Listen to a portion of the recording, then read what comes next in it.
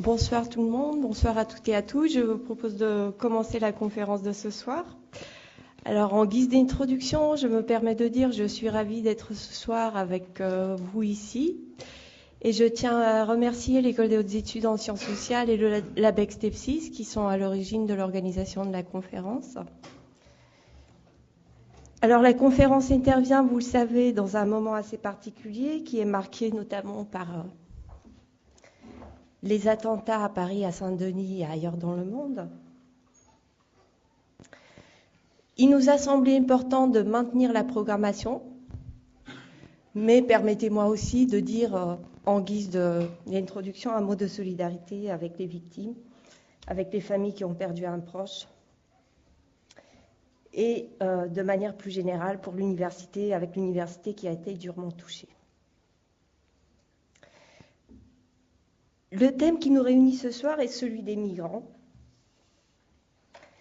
des migrations roms en France et en Europe, et surtout les questions de citoyenneté, d'accès aux droits, d'égalité, d'enracinement et de mobilité dans une Europe qui est de plus en plus confrontée à ses frontières. Je vais commencer en présentant sans plus attendre nos invités qui interviennent dans la table ronde et que nous aurons le plaisir aussi d'écouter dans le débat ce soir. Alors tout d'abord, donc à ma gauche, Alice-Sophie Sartinelli, docteure de l'OHESS, auteure notamment d'une thèse intitulée « Protéger, éduquer, exclure, anthropologie de l'enfance et de la parentalité rome en Italie », thèse qui vient d'être récompensée par le prix d'excellence de la chancellerie, et donc on félicite Alice-Sophie très chaleureusement. Alice-Sophie est actuellement chargée de recherche à l'Université de Liège, et donc merci à nouveau d'être avec nous ce soir pour cette conférence.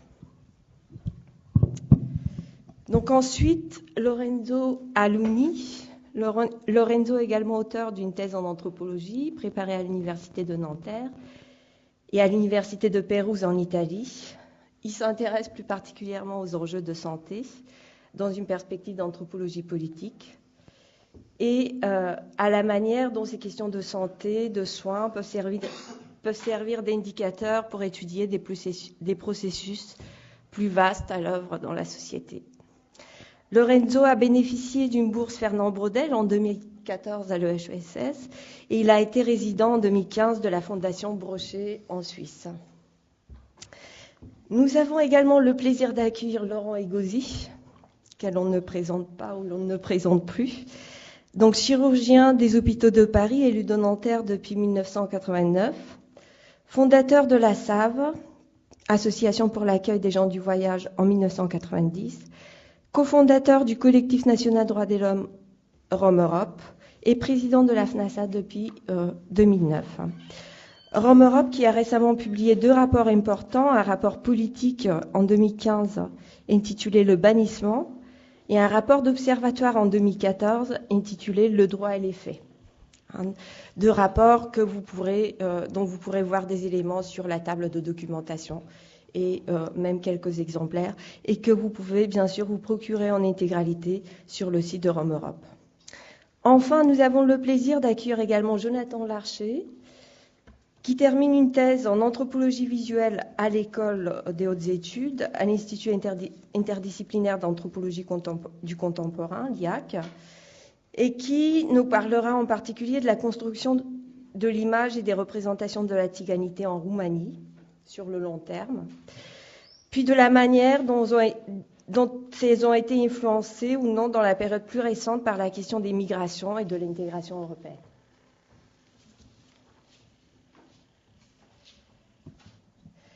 Avant de leur passer la parole, permettez-moi en guise d'introduction de tâcher en quelques mots de replacer l'importance des sujets qui nous réunissent dans l'actualité. Une actualité qui n'est pas l'actualité immédiate de la semaine dernière, qui fut largement, qui est une actualité un petit peu plus éloignée, si on peut dire, et qui est celle qui fut dominée par la question des migrations, la crise dite des réfugiés, par une image de l'Europe dit forteresse, de plus en plus confrontée à ses frontières. Alors des frontières externes, bien entendu, dont il est question avec les demandeurs d'asile, les réfugiés, les migrants dits économiques ou non qui fuient leur pays d'origine et arrivent par centaines de milliers depuis le début de l'année, et même avant, mais aussi des frontières internes, comme dans le cas qui nous préoccupe ici, des migrations dites roms, des migrants dits roms, en théorie et en droit citoyens de l'Union. La question rome, selon l'appellation consacrée, n'est pas le seul révélateur de ces frontières internes et souvent illégitimes de la démocratie, de la nation et au-delà de l'Union européenne. La question de la religion, de l'islam en particulier, offre d'autres exemples de ces logiques de crispation identitaire, d'une représentation de plus en plus généralisée de l'altérité sous les figures du danger et de la menace. Mais selon l'hypothèse que j'aimerais vous proposer ici à discuter, c'est que cette question rome, entre guillemets, peut être un des indicateurs, ou en tout cas un analyseur de cette question des frontières internes, un des indicateurs les plus pertinents, des plus pertinents. On peut faire l'hypothèse également que le renforcement des cadrages sécuritaires, qu'on a d'ores et déjà constaté, à la suite des événements les plus récents, ne manquera pas sans doute de rendre ces enjeux et ces problématiques encore plus saillants et encore plus aiguisés, à renforcer justement ces processus de mise en frontière et de violence de ces frontières et violence aux frontières.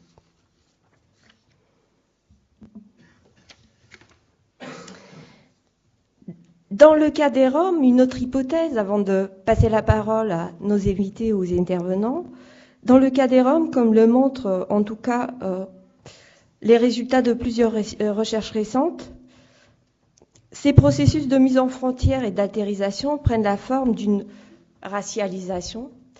Racialisation entendue ici comme un processus de naturalisation et d'essentialisation de différences socialement et culturellement produites, jusqu'à en faire un déterminant essentiel des comportements et des conduites sociales.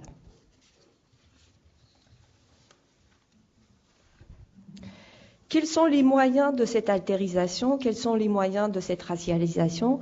Je donnerai ici quelques exemples, quelques pistes à compléter sans doute, à enrichir et à approfondir dans le débat.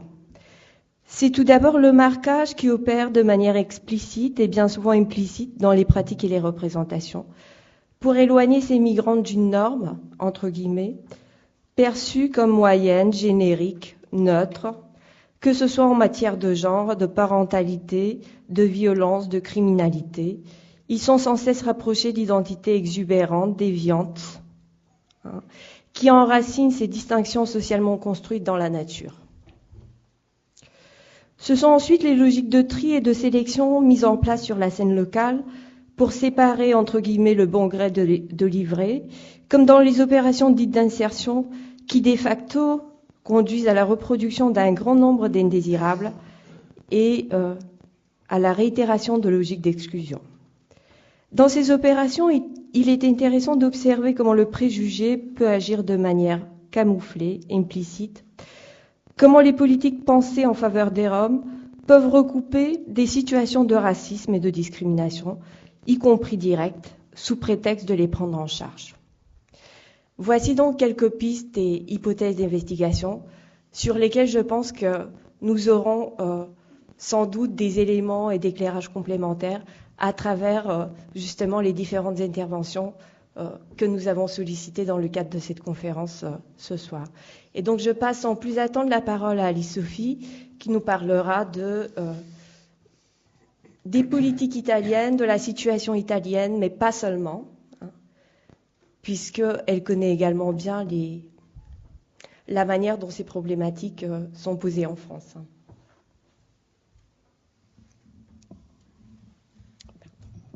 Merci beaucoup pour cette opportunité de présenter vraiment quelques éléments et de pouvoir échanger avec une salle qui reste plutôt pleine malgré tout. On ne s'attendait pas. Et donc, merci à vous avant tout d'être ici à discuter avec nous. Et donc, dans les quelques minutes, parce que je ne chercherai pas à être trop bavard ce soir, je me permets juste de pointer quelques éléments qui me semblent importants pour la réflexion. Donc, je voudrais essayer de lancer quelques pistes à partir des situations particulières comme celle de l'Italie pour revenir sur des dynamiques qui sont des dynamiques plus globales et pour à partir d'un cas particulier, celui des Roms, pour penser à des dynamiques qui sont loin d'être uniques aux populations auxquelles on s'intéresse ce soir. Donc, je pense qu'un premier élément qui doit être pris en compte est celui du processus de la catégorisation et comment des processus de catégorisation structurent des interactions entre certains groupes particuliers d'une société et différents acteurs de la société, acteurs étatiques, mais aussi d'autres groupes sociaux. Je m'intéresse donc à comment, en Italie, ces processus de catégorisation qui a intéressé les populations Rom, Sinti et Caminanti, a été nourri par les médias, mais aussi par des représentants institutionnels et aussi des riverains qui utilisent et continuent à utiliser aujourd'hui les catégories des nomades, des Zingaro et des Roms pour désigner des individus qui habitent dans des lieux qui sont étiquetés comme des camps roms, alors qu'ils sont des lieux fort divers, donc des aires de stationnement municipaux, mais aussi des quartiers qui sont habités par beaucoup de personnes étiquetées comme roms et aussi des bidonvilles, indépendamment de leur appartenance réelle ou supposée à une ethnie, entre guillemets, rome. Et donc, ce sont ces processus de catégorisation qui ont contribué à construire une question rome ou, dans le passé, un problème tzigane en Italie. Problème donc construit de façon particulière, mais aussi en lien avec une question construite sur le plan européen et qui a amené à un processus de dépolitisation extraordinaire qui a culminé avec la déclaration d'un état d'urgence, mot qui est difficile à prononcer dans ce contexte aujourd'hui, mais c'est l'état d'urgence nomade auquel je fais référence, qui a été déclaré en 2008 en Italie. Mais autre point important qui me semble qu'il faut toujours garder en tête dans ces moments de politisation extraordinaire, il faut pas oublier qu'ils sont toujours les résultats de processus sur le long terme. Et donc, ces catégories des nomades, des Zingaro et des Roms qui fonctionnent aujourd'hui en Italie, mais pas seulement, sont les produits des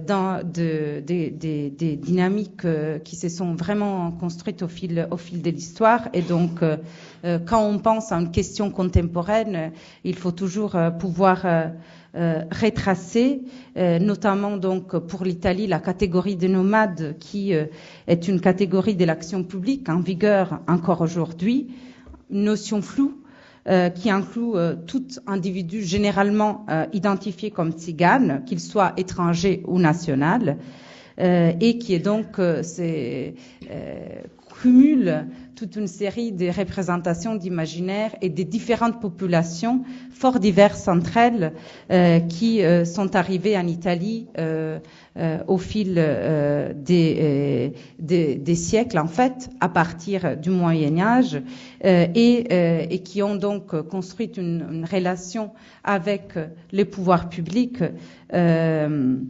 dans des périodes fort diverses, donc à partir de l'unité d'Italie à la fin du XIXe siècle, en passant par d'autres moments de politisation extraordinaire comme celui du fascisme.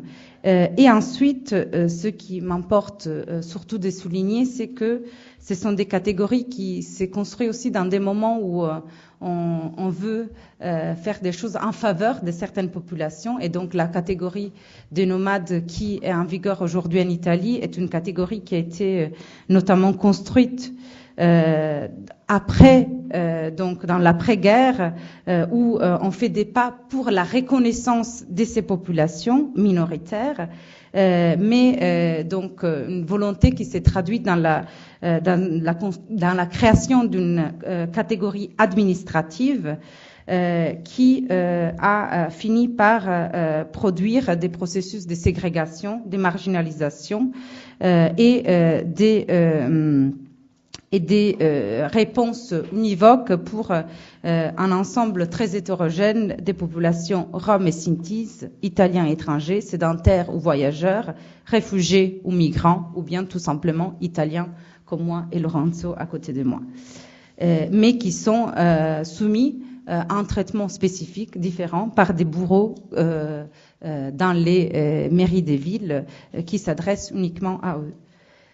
Et donc, je passe vers donc une réflexion très rapide sur le moment de politisation extraordinaire qui donc s'est construit autour d'un problème public, la question rome en Italie, qui est venue qualifier la présence donc de migrants surtout qui sont arrivés plus récemment et qui s'est nourri d'un climat d'hostilité vis-à-vis des migrants et d'étrangers, qu'en Italie spécifiquement met l'accent sur le fait que la présence même de certaines catégories de personnes, pour leur seule présence, suffirait à une dégradation morale et symbolique, autant que matérielle et physique, de l'environnement et de la société. Et donc c'est à travers cette logique de racialisation, comme l'a rappelé Milena tout à l'heure, que on a pu radicaliser de l'antiziganisme avec des expulsions d'envergure, des pogroms et des mobilisations contre ces populations. Et donc des discours qui sont ensuite ont été élevés au rang de cause nationale et des problèmes de sécurité publique de premier ordre à travers donc justement cette déclaration en 2008 de l'état d'urgence relative au campement des communautés nomades dans certaines régions en Italie.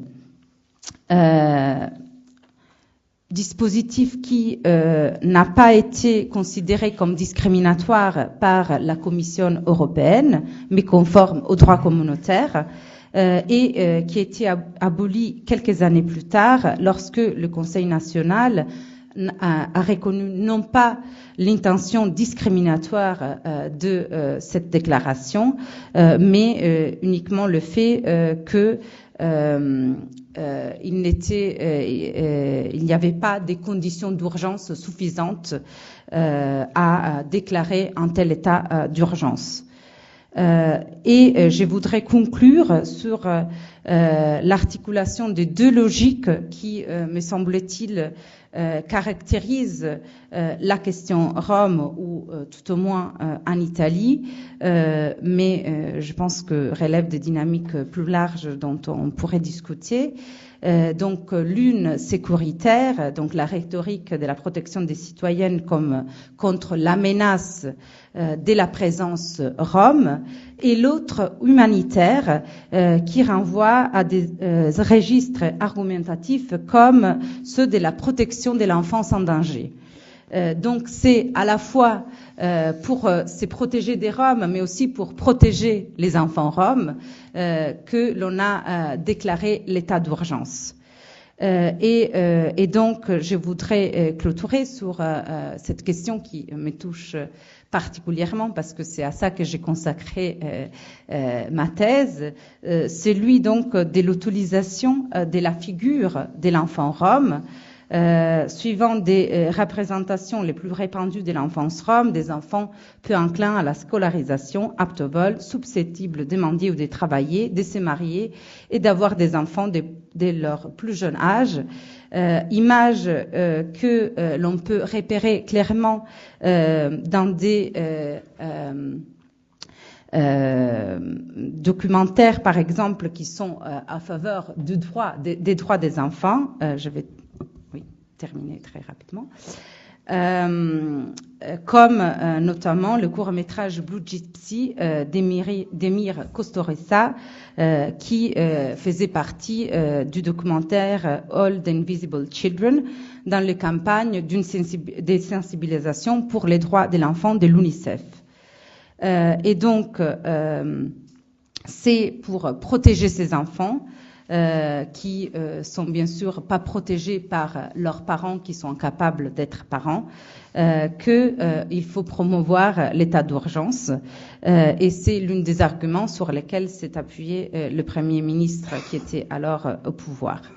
Et donc, il me semble important de rappeler que les politiques sécuritaires s'emparent non pas seulement de la peur, mais aussi de la sollicitude et de la sympathie qui sont suscitées par des conditions de vie déplorables de membres de ces populations qui paraissent comme particulièrement vulnérables, comme les enfants.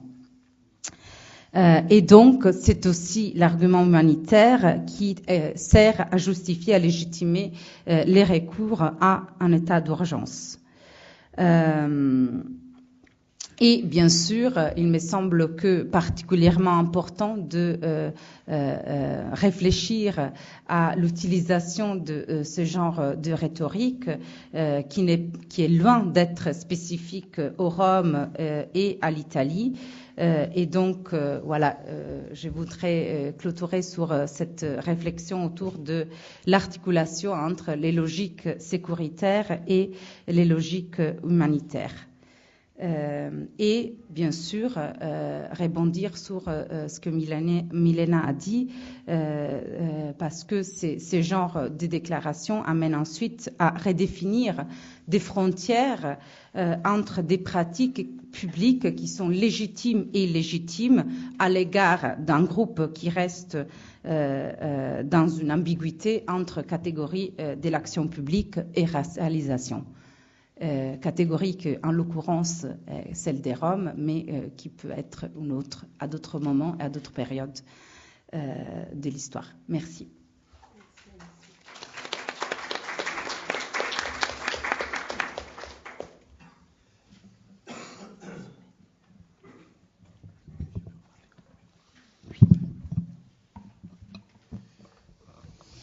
Merci Sophie. Même si on se connaît très bien, je suis un peu fâché avec elle parce qu'elle ne m'a rien dit à propos du prix que sa thèse a gagné. Donc, c'est bien mérité. Félicitations. Et surtout merci à Milena et au Labex Tepsis pour avoir organisé cette rencontre. Je viens d'arriver d'Italie, j'étais sûr que ça aurait été annulé, mais non. Et merci d'être venu.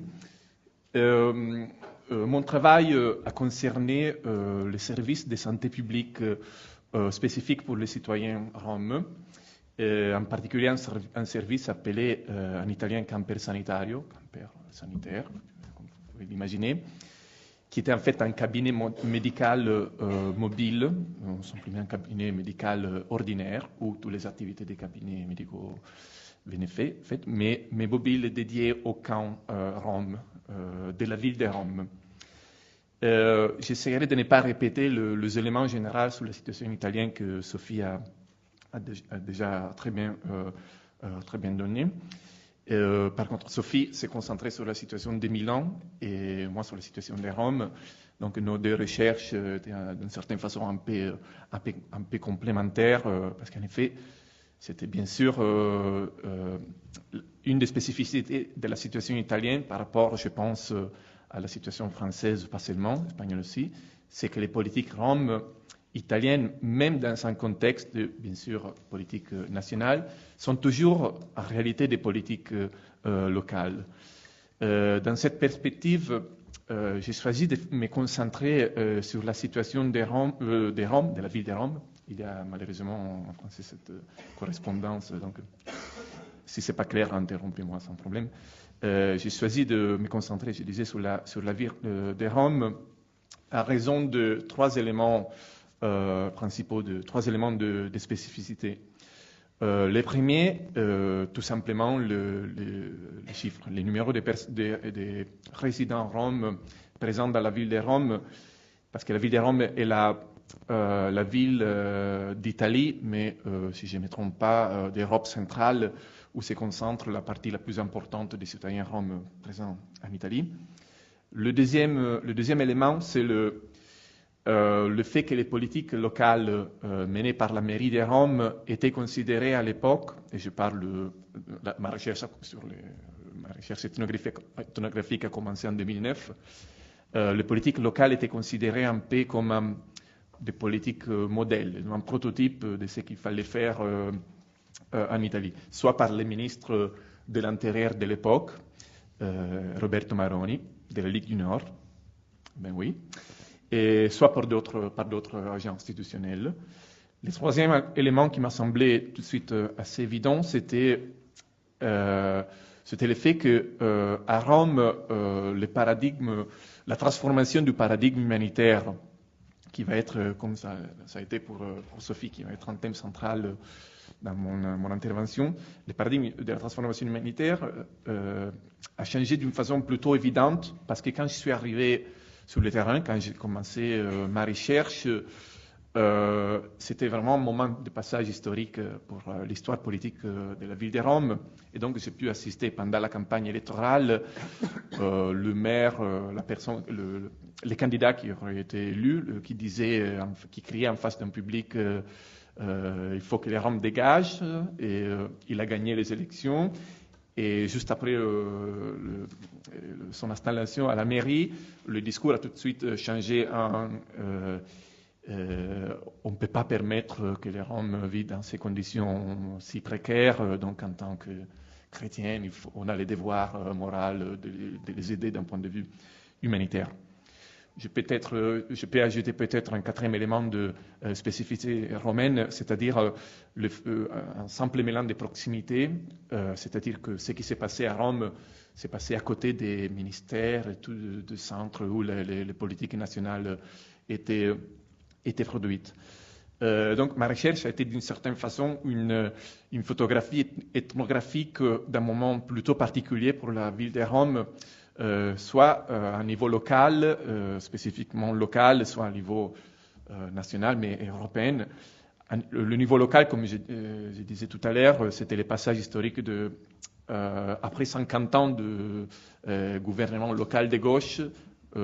Au début de mon terrain, le gouvernement est passé, le maire élu était un maire de droite, voire extrême droite, parce qu'il avait Gianni Alemanno, un passé dans les partis néofascistes, explicitement néofascistes. Donc, c'était un peu compliqué.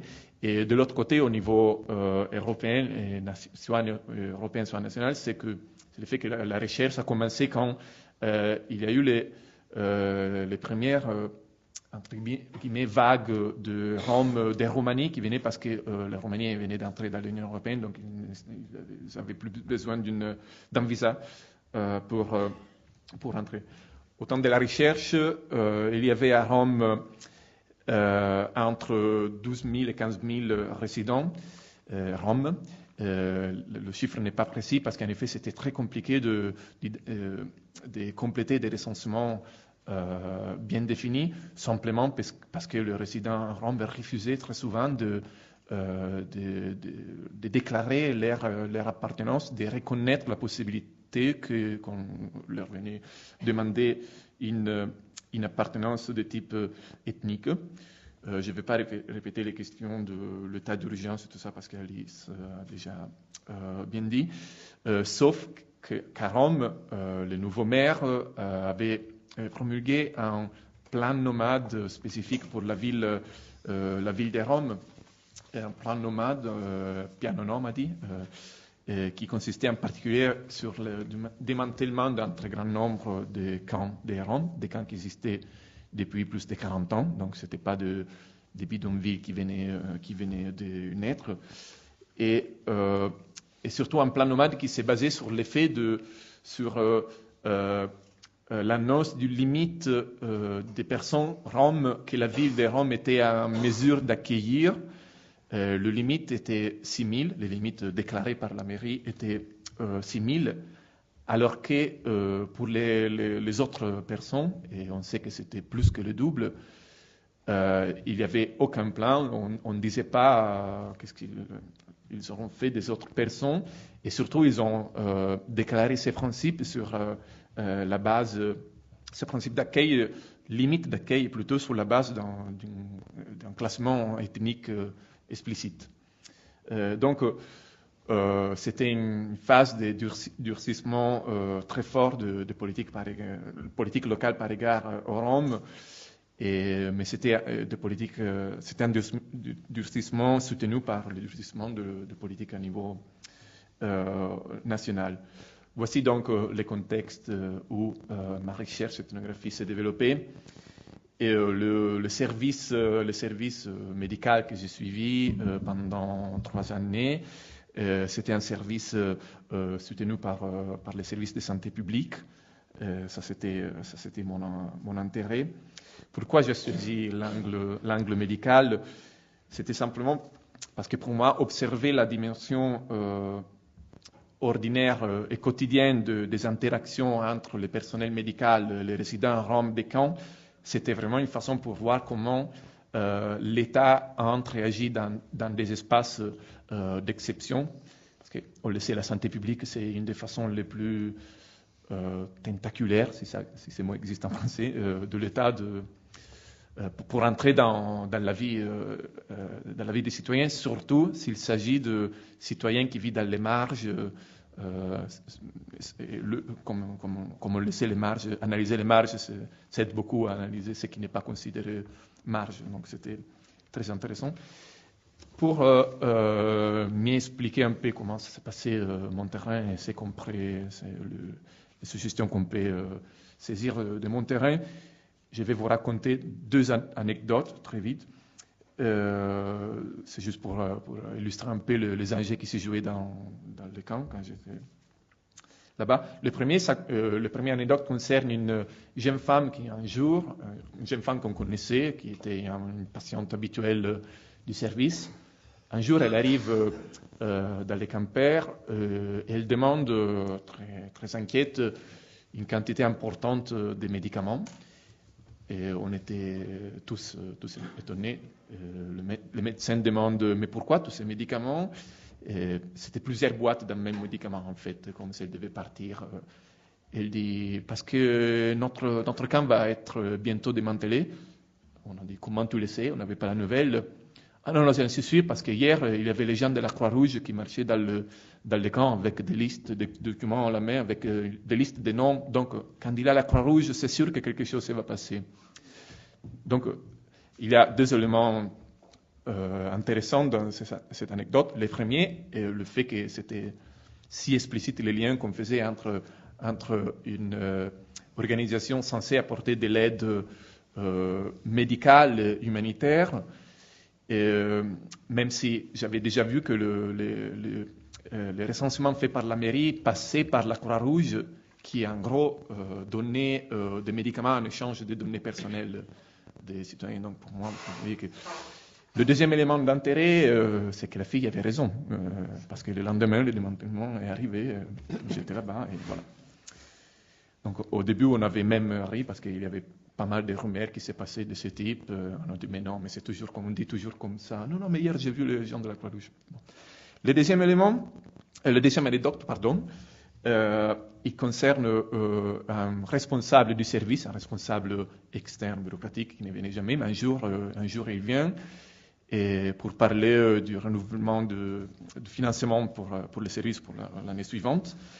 Et tout d'un coup, il dit Donc il parle d'abord, il négocie avec les docteurs et l'infirmière, le médecin et l'infirmière, comment écrire par rapport aux besoins humanitaires que le Rome en question avait, et juste vraiment pour ce qu'écrire dans son rapport. Et à un moment donné, il dit, je cite, je lis parce que c'est important, au fond, vous le savez, la seule raison pour laquelle on renouvelle tous les années votre service, le financement pour votre service, et que les campers limitent presque complètement le nombre de rangs qui viennent embêter les gens dans les hôpitaux et les cabinets, rien plus que ça, mais vous le savez ça. Donc, j'étais en face de ça. Normalement, ça prend une recherche entière pour arriver à ça, alors que les responsables arrivaient, mais bon, ok, c'est parfait. Et donc, mais c'est une blague, mais c'est vrai que c'était une formule très très explicite pour dire simplement que c'est un service qui était présenté comme humanitaire, un service de santé publique présenté comme humanitaire, était simplement un instrument très microscopique, très pratique pour créer une frontière interne, les frontières internes que Miliana disait tout à l'heure. Et donc voilà les deux anecdotes. Et pour clôturer, moi aussi, je pense que j'ai pris trop de temps, ça ne marche pas. Je vais très vite. Oui. J'ai réfléchi un peu sur le titre du colloque, qui est Migration Rome en Europe. Et, parce qu'en effet, le titre a touché à un élément de réflexion constante pour moi et encore ouvert, en réalité, pendant ma recherche, c'est-à-dire qu'est-ce qu'on gagne et qu'est-ce qu'on perd en pensant la question Rome avec les outils analytiques qu'on utilise normalement pour la migration, pour les migrés, pour les migrants. C'était une question centrale pour moi parce que d'un côté, et je me réfère ici au champ médical, il y avait l'idée un peu de traiter la santé des Roms un peu comme on traite simplement les maladies de la pauvreté et les maladies de la migration. Alors que c'était une façon pour augmenter l'effet de dépolitisation qui était un peu en cours de se passer, c'est-à-dire de considérer les maladies d'une façon, au fond, technique. Un peu en occultant les éléments politiques que même le personnel de l'unité avait le pouvoir d'observer, de présenter aux responsables, de négocier. De l'autre côté, il y a, par rapport à la question de la migration, l'enjeu de l'usage du mot nomadisme. Et sur ça, Sophie a déjà traité ce thème, donc je ne vais pas les traiter encore.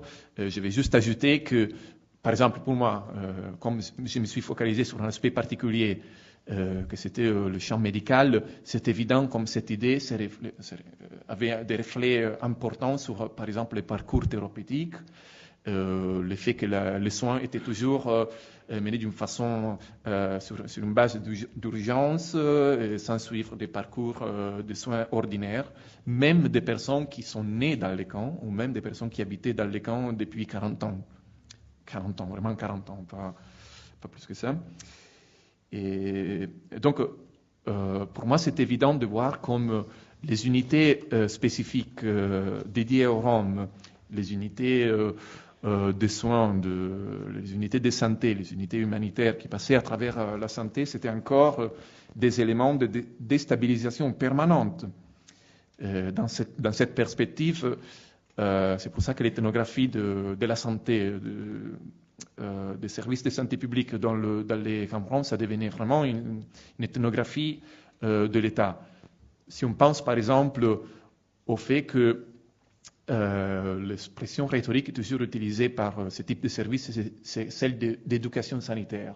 C'est-à-dire qu'on va dans les camps pour apprendre aux Roms, dans ce cas, à utiliser les services sanitaires. Alors d'abord, c'était exactement le contraire, c'était explicite, comme les responsables l'ont dit, comme je vous disais tout à l'heure. Deuxièmement, j'ai vu simplement que l'expression éducation sanitaire, dans ce cas, dans les marges, c'est simplement un synonyme d'éducation sécuritaire. Donc, je vais conclure en disant juste, en disant qu'il faut peut-être faire un peu plus d'attention à ce que les services spécifiques dédiés aux Roms, mais pas seulement aux Roms, aussi aux autres groupes marginalisés, en réalité, sont des instruments, des outils les plus puissants pour la reproduction d'un état d'exception qui va déterminer les situations de marginalité qu'on est en train de décrire. Merci.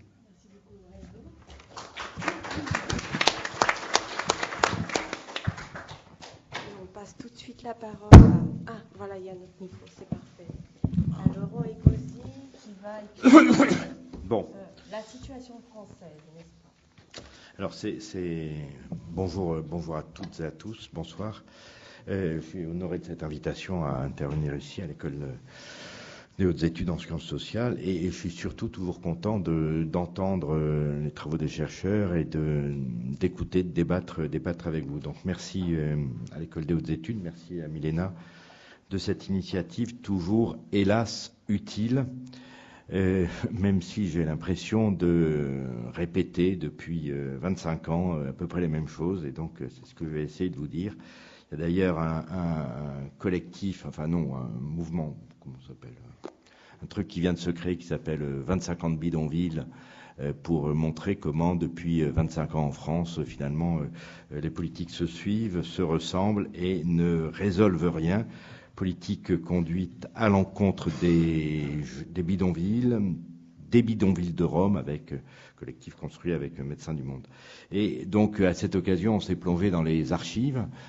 Sur Internet, on retrouve plein de trucs. Et je m'aperçois à quel point, déjà, en 90, on parlait pas de Rome en France, on parlait des tziganes roumains de Nanterre, parce qu'ils sont tous arrivés et qu'ils sont installés à Nanterre.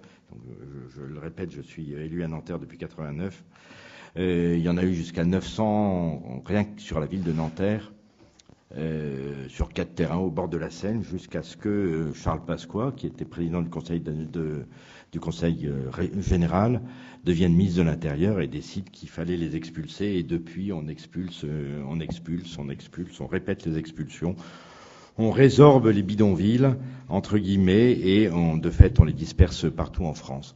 Donc 25 ans de politique tout aussi inefficace que discriminatoire, et quand une politique est conduite de manière aussi obstinée par les gouvernements successifs avec la même inefficacité, on doit s'interroger sur les raisons cachées de cette politique. Clairement, elle n'est pas faite pour résorber les bidonvilles, elle est faite pour tout à fait autre chose. Elle part évidemment de présupposés, en France comme en Italie, donc présupposés largement partagés, que ces populations ne sont pas intégrables, qu'elles sont trop différentes pour partager notre commune humanité, qu'il faut donc les mettre en dehors, qu'ils n'ont pas vocation à rester en France, propos d'un Premier ministre récent.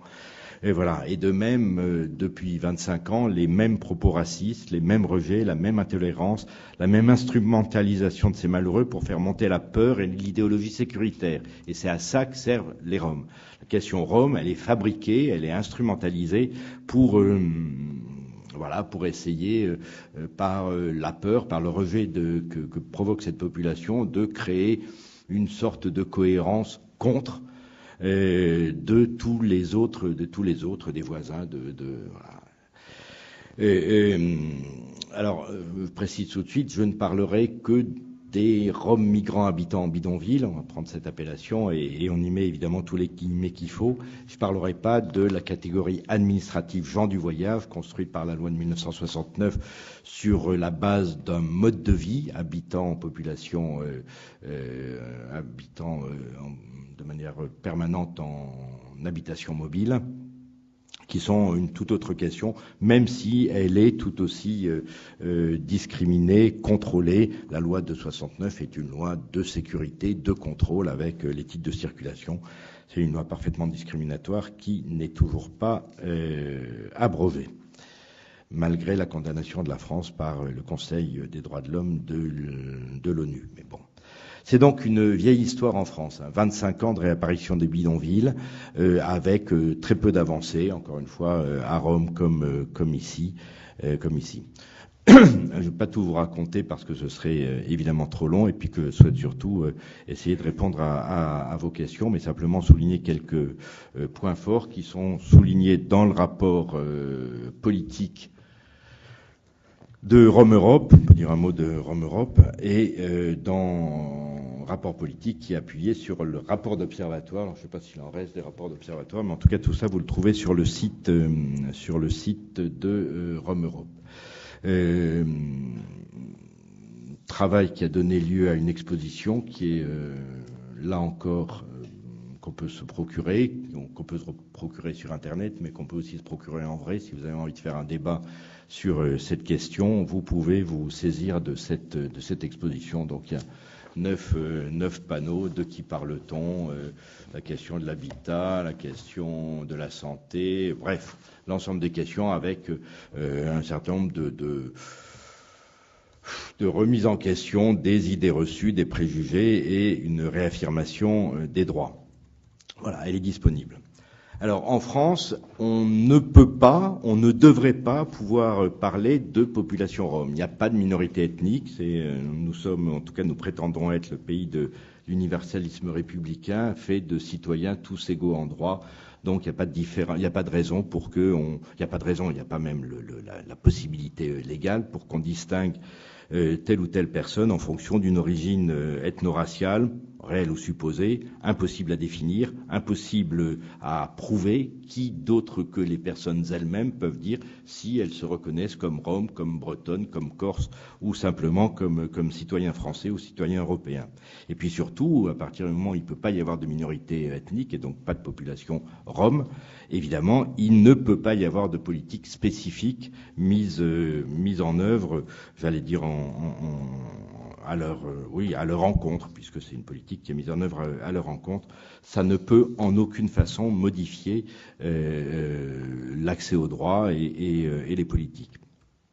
De surcroît, et évidemment, ça a été dit, mais vous le savez tous, les Roms, entre guillemets toujours, ne sont évidemment pas une population homogène, ni même se reconnaissant comme telle, que ce soit parmi les gens du voyage ou ceux qu'on appelle Roms, la diversité, voire l'opposition entre les différents groupes est extrêmement forte. Il n'y a pas de langue commune, il n'y a pas de religion, il n'y a pas d'origine, il n'y a pas de nationalité commune. C'est donc un groupe hétérogène, fabriqué, on le sait bien, dans les années au début des années 70, pour être une entité forte de 10 à 12 millions de personnes dans l'ensemble des pays européens et peser sur les institutions européennes pour leur reconnaissance et la reconnaissance d'un certain nombre de droits qui jusqu'alors et jusqu'à aujourd'hui encore leur sont parfaitement déniés.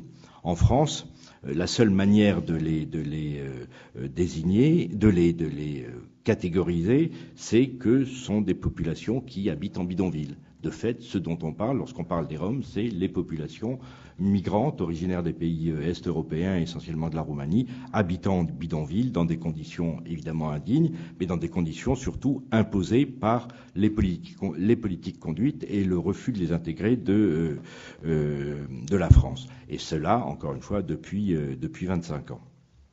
Ce sont donc, si on veut les catégoriser, savoir de quoi on parle, des migrants pauvres, originaires de pays est-européens, donc citoyens européens aujourd'hui, fuyant leur pays, la Roumanie essentiellement, car ils y sont discriminés depuis toujours, stigmatisés et discriminés depuis toujours, qui n'accèdent à rien, qu'ils sont donc particulièrement pauvres, sans emploi et sans accès aux services, et qui sont venus en France pour chercher simplement une vie meilleure, un toit, un travail, l'école pour leurs enfants, c'est 80% lorsqu'on leur demande pourquoi ils sont là, 80% répondent ça, un toit, un travail et l'école pour les enfants afin qu'ils vivent mieux qu'ils ne pouvaient vivre en Roumanie. Et pourtant en France, où ils croyaient trouver une vie meilleure, ils sont tout aussi stigmatisés, exclus, mis au banc. Et donc le titre qu'on a choisi pour le rapport politique, c'est bannissement. Bannissement, action de déclarer, proclamer indigne de toute considération une personne, la dénoncer au mépris public, mise au banc, c'est-à-dire en dehors des territoires. Le bannissement, c'est d'abord ça, en dehors de nos territoires, et c'est les expulsions multipliées, j'y reviendrai éventuellement, qui le mettent en évidence, en dehors de notre société et de droits qu'elle ouvre à toute personne, en dehors de l'humanité même. Il faut les construire essentiellement différents pour pouvoir autoriser le refus de tout accès, encore une fois, aux services, aux droits et les contraindre à vivre différemment de nous. Et on les contraint à vivre différemment de nous, on les fabrique donc différents, on les fabrique encore plus étrangers, ce qui justifie, dans un cercle vicieux parfaitement construit, leur mise à l'écart, leur bannissement. On les fait vivre dans des bidonvilles sans eau, sans électricité, sans sanitaire, sans ramassement des ordures ménagères, et on dit regardez comment ils vivent comme des chiens. On les fait vivre comme des chiens, ils vivent comme des chiens, donc on dit ce sont des chiens, et regardez, ils ne méritent que d'être traités comme des chiens. Enfin, il y a une construction particulièrement perverse, mais particulièrement efficace, alors que l'eau, l'électricité, l'enlèvement des ordures ménagères sont des obligations légales de toutes les municipalités. On les fait vivre loin de tout et on dit, regardez, ils n'accèdent à rien, on leur interdit de travailler, et on dit, regardez, ils sont bons à rien, ils sont juste bons à mendier, etc., etc. Je pourrais multiplier les exemples de cette fabrication, encore une fois, d'une politique que l'on souhaite le plus homogène possible. Voilà. Population donc d'apparence homogène, étranger, et donc potentiellement dangereux. Fabriqués, encore une fois, par les politiques conduites qui en font donc les boucs émissaires idéaux et qui justifient à leur encontre, mais pour toute la population, un certain nombre de lois, il y en a eu 615 ans, qui, au motif de la question Rome ou de la question Jean du Voyage et ou de la question Jean du Voyage, étaient des lois toujours plus répressives. Bouc émissaire idéal dans une société... on ne va pas s'apesantir là-dessus, mais enfin quand même de plus en plus frileuse, égoïste et glissant doucement, tranquillement, vers un racisme ordinaire, banalisé, non sanctionné, même lorsqu'il émane de la parole de personnalités politiques. Lorsqu'on construit un groupe homogène, évidemment, les personnes n'existent plus, et donc on les met dans un imaginaire. On les rend conformes à notre imaginaire. On fait en sorte que les Roms soient comme on imagine que sont les Roms, c'est-à-dire inintégrables.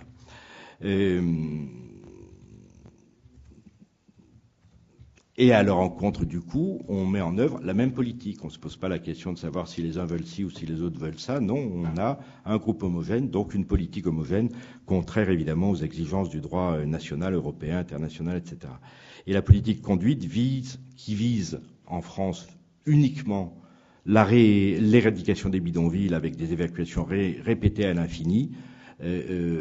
Juste en 2014, il y a eu plus de 100 terrains évacués, plus de 13 000 personnes déplacées pour une population de moins de 20 000 personnes. Et il y avait, fin 2013, en gros 400 et quelques, à peine plus de 400 terrains, 400 bidonvilles. Fin 2014, il y en avait plus de 500.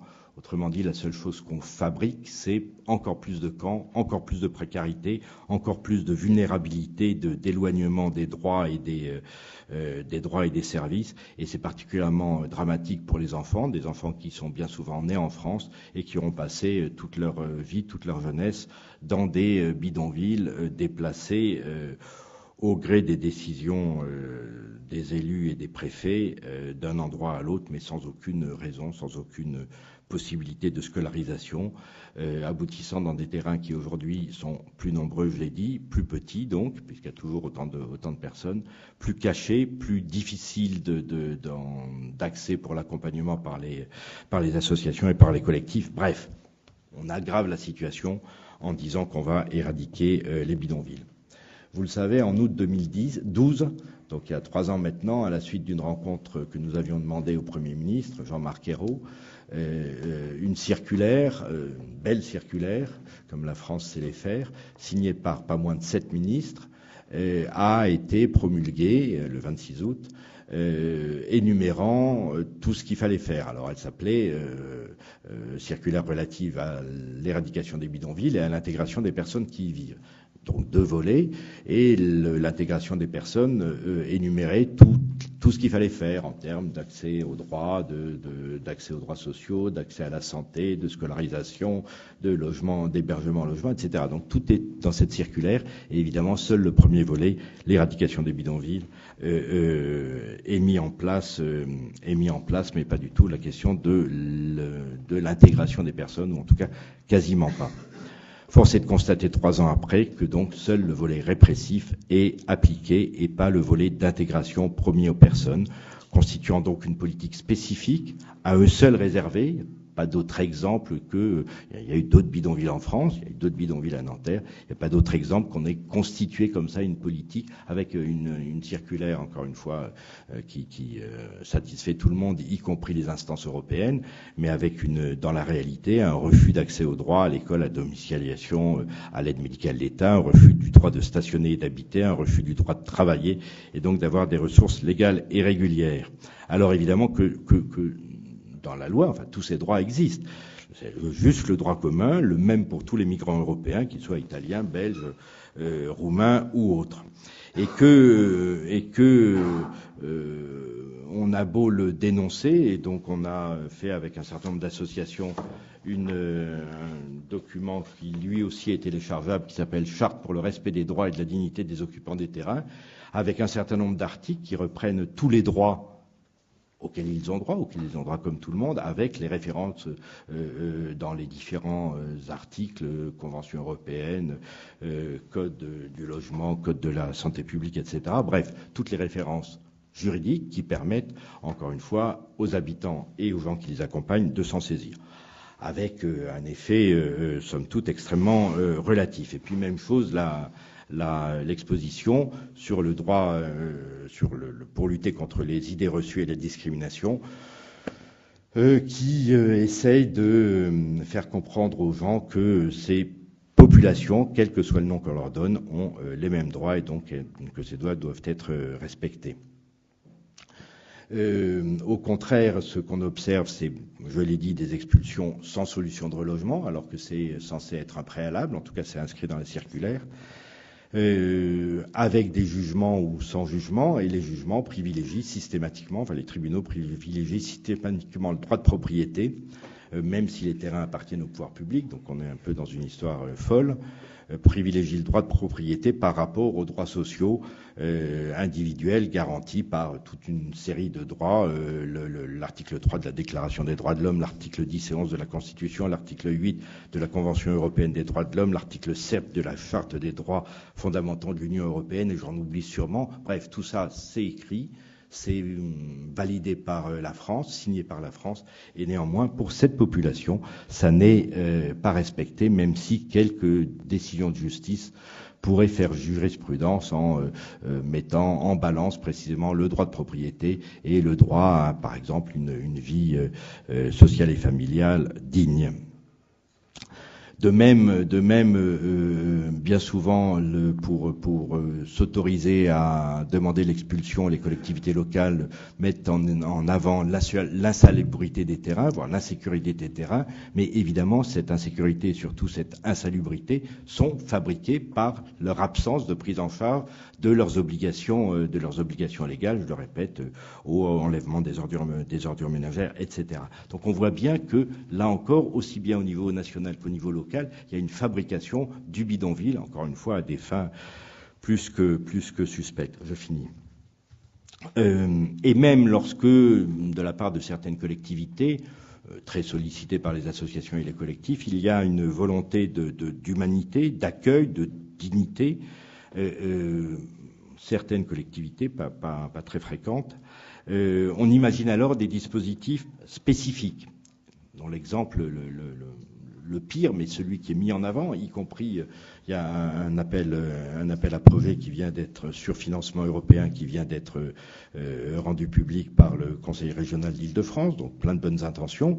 Ce qui met en avant en termes d'habitat, c'est les villages d'insertion. Les villages d'insertion, c'est une espèce de ghetto clos, sans liberté d'aller et venir, réservé à une catégorie de population sur une base ethno-raciale réelle ou supposée. Il n'y a aucune autre population pour laquelle on oserait proposer un tel machin. Pour les Roms, on l'imagine, on le met en place, on le promulgue et on le finance. Aujourd'hui, un certain nombre donc de dispositifs spécifiques ont été mis en place. Il y a une mission qui a été confiée au délégué interministériel pour l'hébergement et l'accès au logement à la suite de la circulaire en 2012. Il y a une mission qui a été confiée à Adoma en 2014. Il y a en Île-de-France, où se concentre en gros la moitié des populations dites Roms vivant en bidonville, il y a une mission qui s'appelle, une plateforme qui s'appelle Accueil, Insertion, Orientation et iOS, je sais pas, Suivi par exemple. qui est un dispositif spécifique pour une population que seul le droit commun, ou pour une population qu'en tout cas le droit commun, s'il était appliqué complètement, pourrait permettre d'intégrer normalement. Vous l'aurez compris, donc je suis pas chercheur. Je m'appuie sur la réalité du travail que l'on fait, encore une fois, sur l'ensemble du territoire français, avec les collectifs, avec les associations qui sont réunies au sein de Rome Europe, et nous affirmons qu'une autre politique est possible, qui serait évidemment moins coûteuse. Juste un chiffre, en gros, l'évacuation d'un terrain, c'est 300 à 400 000 euros. 100 terrains évacués, ça fait 30 ou 40 millions. Évidemment, avec 30 ou 40 millions, on peut mettre en place des dispositifs qui permettent l'accès aux droits et donc l'intégration progressive de ces personnes. Moins coûteuse financièrement, moins coûteuse humainement, évidemment plus efficace à court et à long terme, plus respectueuse de la dignité et de l'avenir des personnes qui y vivent et également plus conforme aux droits, simplement aux droits. Il faudrait simplement, et c'est aussi à ça qu'on s'attache, et c'est aussi peut-être à ça que sert une réunion comme celle-ci, que l'on renonce à des représentations stigmatisantes, confortées par un mode de vie imposé. Je le répète, on est vraiment dans la fabrication de la question Rome.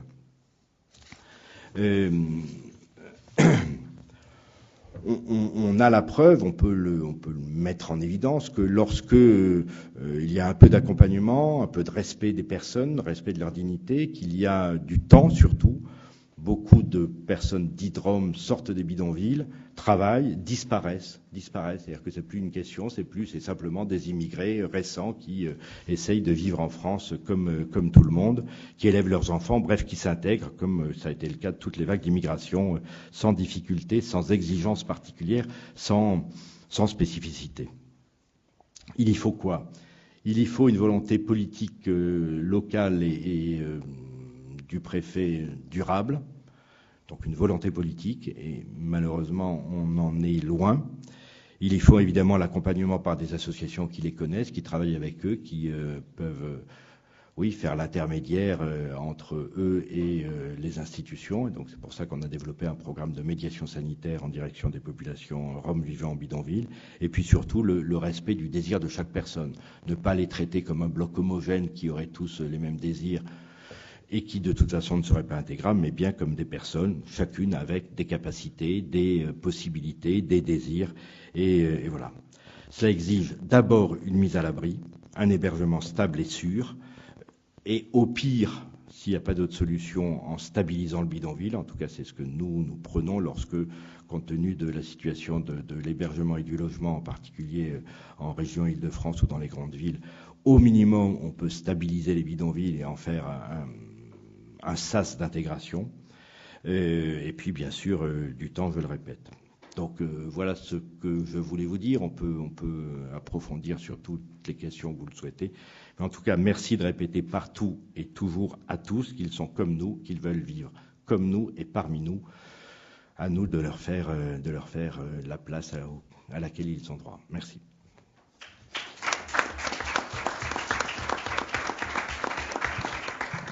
Merci beaucoup, Laurent Egosi. Donc, on leur a noté stabiliser les bidonvilles. S'il n'y a pas d'autre solution. Très bien.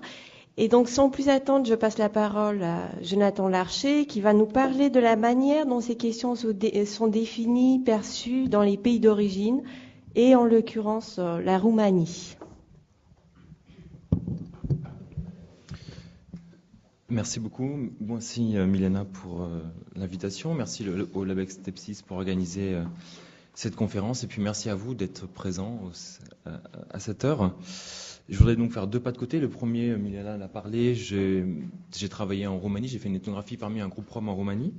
Donc je me situe du côté des pays de départ. Et le second pas est en fait que par rapport aux présentations précédentes, je voudrais juste déplacer les observations qui ont été faites sur la matérialisation de la frontière ethnique en me plaçant en fait dans le champ des représentations, du discours, des imageries. Donc on va voir des images. C'est un espace où les acteurs politiques et médiatiques produisent également une essentialisation et une racialisation des groupes roms. Je vais donc rapidement présenter les moyens et les attributs par lesquels les roms constituent l'envers négatif du nous national en Roumanie.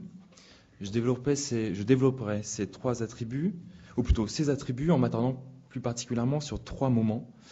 Le premier, c'est la longue sédimentation d'une imagerie qui s'est faite tout au long du XXe siècle. Le second moment, c'est la réactivation de cette imagerie dans le contexte des années 2000 et donc dans le contexte des migrations roms, des migrations des Roms roumains vers ce qu'ils appellent l'Occident. Et enfin, la redéfinition d'une identité nationale pour les Roumains à partir de la migration des travailleurs roumains dans les années 2010.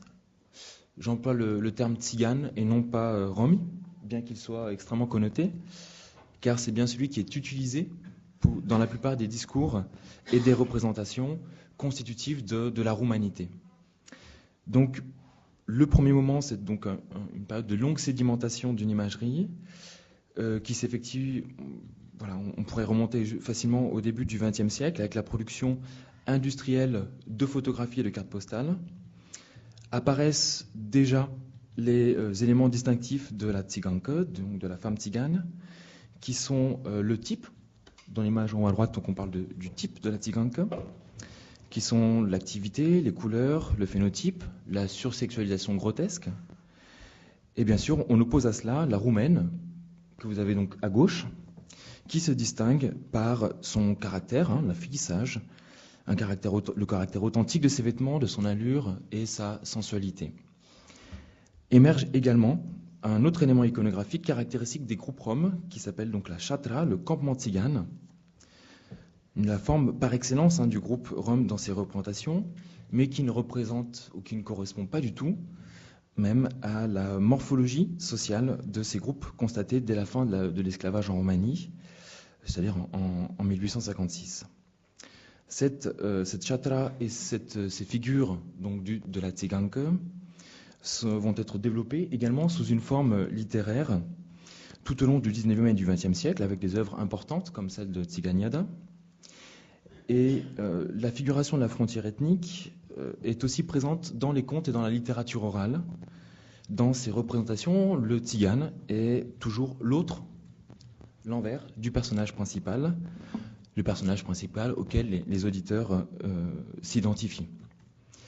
Alors, sous le régime communiste, 1956 jusqu'en 1989, la chatra et les communautés tziganes demeurent totalement absentes du cinéma national pendant près de 3 décennies. Ce qui est intéressant, c'est que donc les tziganes sont juste irreprésentables en tant que groupe. Ils sont repoussés en dehors de l'image.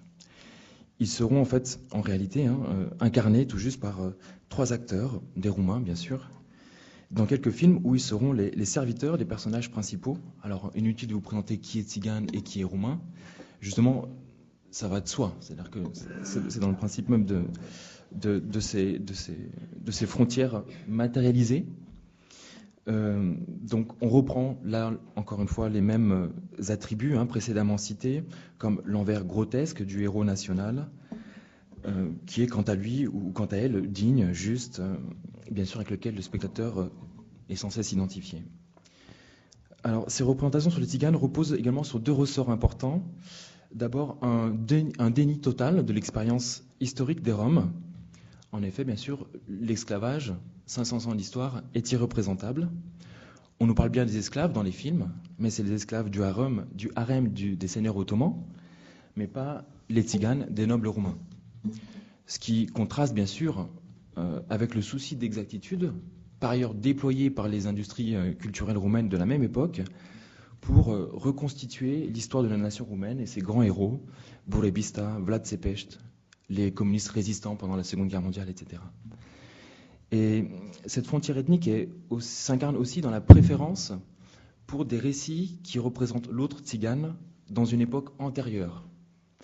Comme si les tziganes étaient nécessairement anachroniques par rapport à la société roumaine contemporaine, du moment du film.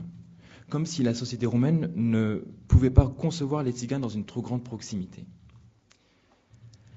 Voilà ce qui sera en fait le fondement de cette imagerie. On va voir donc maintenant la réactivation de cette imagerie dans le contexte des années 2000 et des migrations des Roms en Roumanie. Donc, dans les années 2000, la figuration de la frontière ethnique dans les représentations et les discours médiatiques et politiques vont justement remobiliser les mêmes attributs, tout en incorporant maintenant la nouveauté de la migration des Roms roumains. 3 ressorts. Le premier, pour figurer une frontière ethnique, on reprend le même principe, on repousse les Tziganes en dehors de l'image. C'est-à-dire que depuis 1989, et y compris depuis 2000, et le renouveau du cinéma roumain qu'on voit qui gagne tous les prix, il y a seulement 5 ou 6 films où sont représentés des personnages tziganes. Le second ressort, c'est la construction d'un essentialisme des populations roms, et qu'on voit donc à la chute du communisme, puisque les Roms de l'Europe de l'Est, et parmi eux les Roms roumains, ont accédé en fait à une soudaine visibilité. En Roumanie, un ensemble de situations politiques et médiatiques apparaissent dès le début des années 90, et les communautés de familles roms sont alors unanimement désignées comme une minorité ethnique. Dans le cadre des projets d'entrée dans l'Union européenne, la Roumanie s'est confrontée en fait à l'intérêt soudain de l'UE pour les minorités ethniques. Donc le respect des droits des minorités devient dès 1993 un des critères pour juger les États candidats à l'adhésion. Donc sous le lieu commun du groupe défavorisé, appauvri, l'ethnie rome fait son entrée à la table des négociations. Par ailleurs, la sortie dans la presse de certains leaders charismatiques autoproclamés, dont les couronnements comme roi international des Tziganes de tout horizon ou roi des Roms de Roumanie et de la diaspora sur plus de 78 millions de sujets, mais reconnus en fait seulement par un groupe de familles de 2000 ou 3000 personnes, ont bien sûr défrayé la chronique au cours des années 2000. Et ces discours, plus la mobilisation d'une imagerie archaïque par ces leaders, ont participé en Roumanie à la consolidation d'une identité ethnique, ou plutôt d'une identité diasporique, imaginaire et essentialiste, et bien sûr en rupture avec la diversité anthropologique, sociologique et linguistique des familles roms. Alors ces discours médiatiques et politiques vont être réappropriés par les industries culturelles roumaines, et notamment les premiers feuilletons produits par la télévision dès 2007. Donc le troisième ressort dans ces années-là, les années 2000, pour figurer la frontière ethnique, consiste justement dans le remploi des différents attributs historiquement fixés par les imageries que j'ai précédemment décrits. Dans les feuilletons télévisés, les attributs des Tziganes sont les suivants. On figure toujours la différence ethnique par les vêtements plutôt que par des phénotypes. Tous les acteurs sont roumains. Donc roumains avec tout un ensemble d'apparats qui figurent l'identité rome. Le second ressort, c'est une sursexualisation ou une sexualisation grotesque des femmes tziganes et des hommes tziganes. Et les hommes tziganes, c'est particulièrement intéressant parce que je suis intimement convaincu que c'est une forme de conjuration des peurs liées à une association courante dans les médias d'information entre migration, richesse et représentation genrée de l'homme tzigane. Un autre ressort encore, c'est toujours ce rapport anachronique au temps présent. Les tziganes sont les seuls à se conduire selon des traditions archaïques. Quatrième élément, nous retrouvons la chatra, qui est dans un espace aterritorial, qui n'appartient en fait ni au monde urbain ni au monde rural, alors même que l'identité roumaine se construit sur cette opposition. Donc ces représentations reconduisent une relation de pouvoir qui est déjà observée dans l'histoire de l'art par plusieurs historiens d'art, qui place l'œil identitaire au centre et l'altérité à la périphérie. Donc comme vous l'avez compris, le centre de la roumanité, pour les Roumains, se trouve dans cette tension constante entre l'urbain et le rural, et la périphérie alors c'est le non-lieu, c'est la chatra. Enfin, contrairement aux personnages de Roumains, bien intégrés dans une vie rurale ou urbaine, les personnages tziganes, font des allers-retours entre la Roumanie et les pays d'Europe occidentale. Les tziganes sont donc caractérisés par cette double périphérie à l'identité nationale, considérée comme rurale urbaine, et périphérie à l'État-nation. Troisième et dernier moment, la redéfinition d'une identité nationale à partir de la migration des travailleurs roumains. Et là, je voudrais vraiment insister sur 2 points qui me semblent particulièrement révélateurs de l'intérêt d'étudier les imageries pour penser les catégorisations à l'œuvre dans une société. Premier point, ces représentations télévisuelles sont antérieures d'1 an ou 2 au traitement médiatique des exclusions des Roms roumains en France et en Italie. Lors de ces exclusions, les médias roumains vont d'ailleurs se contenter simplement de citer les dépêches des médias étrangers sans souci de grande contextualisation ou de regard critique. Ensuite, en 2010, les imageries, toujours, donc ce qui fomente dans la culture populaire et dans toutes ses représentations, ces imageries prennent déjà acte d'un changement notoire. La migration vers l'Europe centrale, occidentale et les États-Unis est l'affaire de tous les Roumains. En effet, la migration rome représente une ferme partie de ces mouvements migratoires, même s'ils sont très, très visibles dans les médias. Le problème, c'est donc dans les imageries, dans les émissions de divertissement et les séries télévisées, c'est comment faire de la migration un attribut de la roumanité, quand jusqu'à présent, c'est un attribut des Roms. Il y a donc 3 conséquences à ça. La première, qu'on observe dans les émissions de divertissement et de feuilletons, la chatra, que vous avez là, donc, disparaît totalement. Deuxième, les tziganes qui migrent ne sont plus les antagonistes ou les envers du héros ou de l'héroïne, mais deviennent les personnages principaux. Avec même un cas intéressant dans un feuilleton télévisé, où le chef rom devient le maire d'un petit village roumain. On peut constater avec un certain étonnement que c'est par la migration, voilà vous reconnaissez la tour Eiffel, de State de Romania, donc State le chef des Roms de Roumanie, devant un petit village champêtre qui représente la Roumanie rurale. On peut constater en fait avec un certain étonnement que c'est par la migration et leur connexion avec un Occident idéalisé maintenant que les Tziganes intègrent le monde rural. Deuxième conséquence, dans les médias d'information, la presse, les talk-shows, à partir de 2011 et donc encore davantage à partir de 2014, avec la libéralisation de l'accès au marché du travail des citoyens roumains en date du 1er janvier 2014, les discussions autour de la migration des travailleurs roumains forment autant de lieux de négociation symbolique de l'identité collective. Troisième point, par voie de conséquence, si la migration est maintenant un élément constitutif de la roumanité, il n'est plus un attribut par lequel peut se matérialiser la frontière ethnique et la stigmatisation de l'identité rome. Et là, c'est encore une nouvelle histoire qui commence. Merci beaucoup.